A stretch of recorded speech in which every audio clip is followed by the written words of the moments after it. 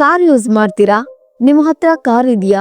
ಹಾಗಿದ್ರೆ ಸಾವಿರಗಟ್ಟಲೆ ದುಡ್ಡನ್ನ ರೆಡಿ ಮಾಡ್ಕೊಳ್ಳಿ. ಹೌದು, ಕೇಂದ್ರ ಸರ್ಕಾರವು ಪೆಟ್ರೋಲ್ಗೆ 20% ಎಥನಾಲ್ ಮಿಕ್ಸ್ ಮಾಡ್ತಾ ಇದೆ. ಈ ಫ್ಯೂಯಲ್ ನ ಯೂಸ್ ಮಾಡಿದ್ರೆ ಕಾರ್ ಇಂಜಿನ್ ಹಾಳಾಗುತ್ತೆ ಅನ್ನೋದು ಕಾರ್ ಕಂಪನಿಗಳ ವಾದ. ಕಾರ್ ಕಂಪನಿಗಳು ಹೇಳೋದಾದ್ರೂ ಏನು?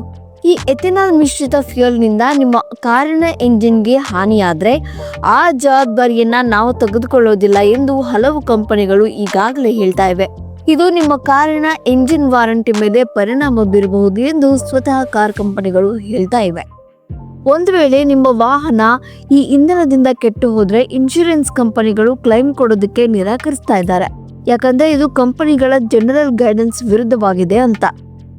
ಇನ್ನು ಪೆಟ್ರೋಲ್ ಬಂಕ್ಗಳು ಎಥೆನಾಲ್ ಮಿಶ್ರಿತ ಇಂಧನವನ್ನ ಬಳಸಿದಾಗ ವಾಹನಕ್ಕೆ ಏನಾದ್ರೂ ಆದ್ರೆ ಅದಕ್ಕೆ ನಾವು ಕೂಡ ಜವಾಬ್ದಾರರಲ್ಲ ಎಂದು ಖಂಡಿತವಾಗಿ ಹೇಳ್ತಾ ಇವೆ. ಹಾಗಿದ್ರೆ ಇದರಲ್ಲಿ ಯಾರ ತಪ್ಪು? ನಾವು ಯಾರನ್ನ ಹೊಣೆ ಮಾಡಬೇಕು?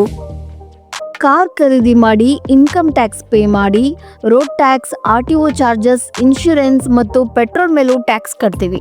ಇಷ್ಟೆಲ್ಲ ಟ್ಯಾಕ್ಸ್ ಕಟ್ಟಿದ ನಂತರವೂ ನಮ್ಮ ವಾಹನಕ್ಕೆ ಏನಾದರೂ ಆದರೆ ಅದರ ರಿಪೇರಿಗಂತ ಮತ್ತೆ ನಮ್ಮದೇ ಹಣ ಖರ್ಚು ಮಾಡಬೇಕಾಗತ್ತೆ. ಶ್ರೀಮಂತರಿಗೆ ಇದು ಸಮಸ್ಯೆನೇ ಅಲ್ಲ, ಆದರೆ ಕಷ್ಟಪಟ್ಟು ಸಂಪಾದಿಸಿ ಕಾರು ಖರೀದಿಸಿದ ಮಿಡಲ್ ಕ್ಲಾಸ್ ಜನರ ಪರಿಸ್ಥಿತಿ ಏನು?